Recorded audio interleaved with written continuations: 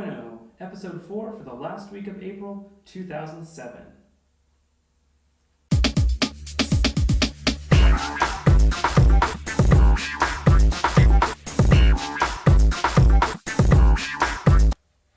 It's great to have you back for another episode.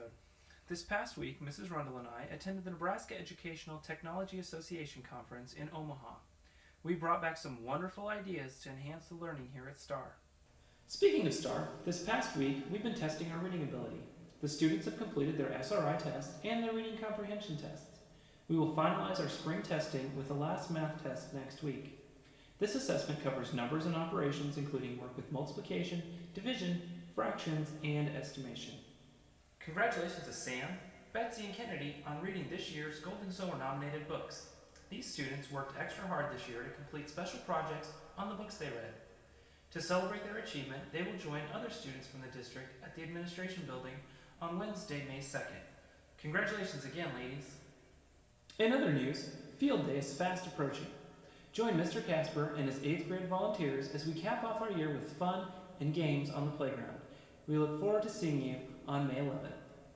And without further delay, this week's tip.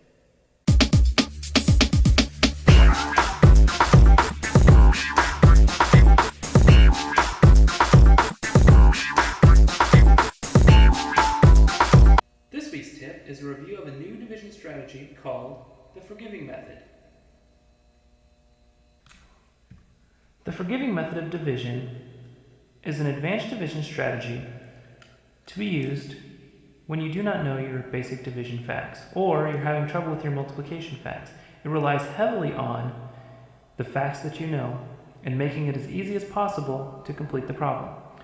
For instance, let's calculate the answer to 439 divided by 7.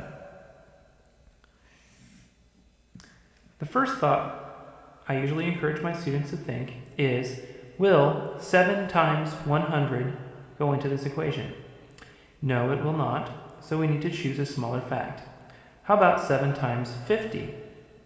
7 times 50 will. 7 times 50 is 350.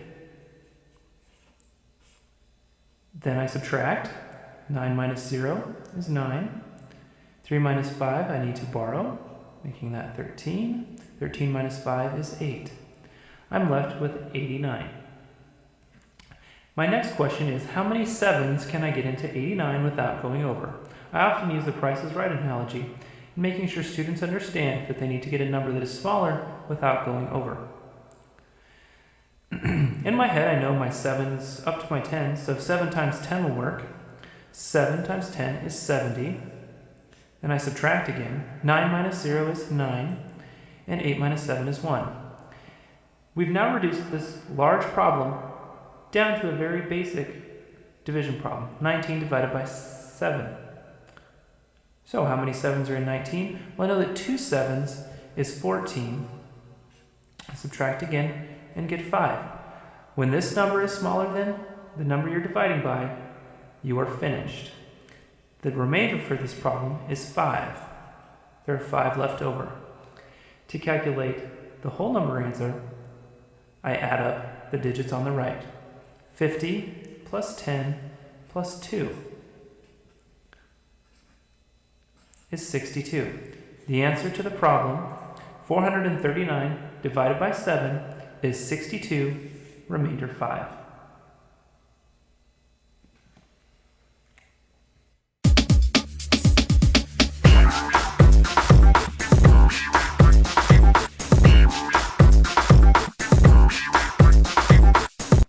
I've got 2 more great web picks for you this week. My first pick is Reading Planet. Located at www.rif.org, Reading Planet is a subsection of the Reading is Fundamental website. Reading Planet is a resource for online books geared toward a younger audience. The simple stories and easy dialogue are wonderful for ages kindergarten through about 3rd. In addition to stories, there are also songs in both English and in Spanish. My second web pick this week is DaNumba. As you might guess from the name, DaNumba is a math game that deals with basic number operations. DaNumba is another great game hosted by miniclick.com. It is a challenging game that offers a variety of difficulty levels and challenges the user or the player to complete the puzzle in 2 minutes or less.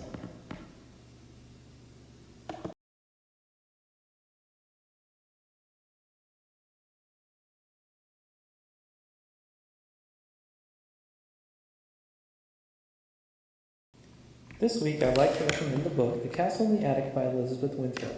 As the story begins, William, the main character, has just received the best present of his life. It's an old, real-looking stone and wooden model of a castle with a drawbridge, moat, and a finger-high knight to guard the gates.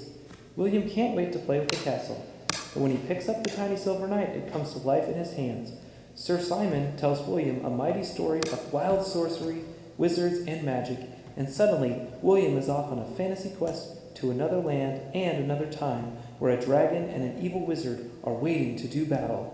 If you're looking for a great adventure, pick up The Castle in the Attic by Elizabeth Winthrop. Well, that does it for another edition of Education 2.0. From the studio here at Star Elementary School, this is Mr. Balcom. Thanks for tuning in, and we'll see you next week.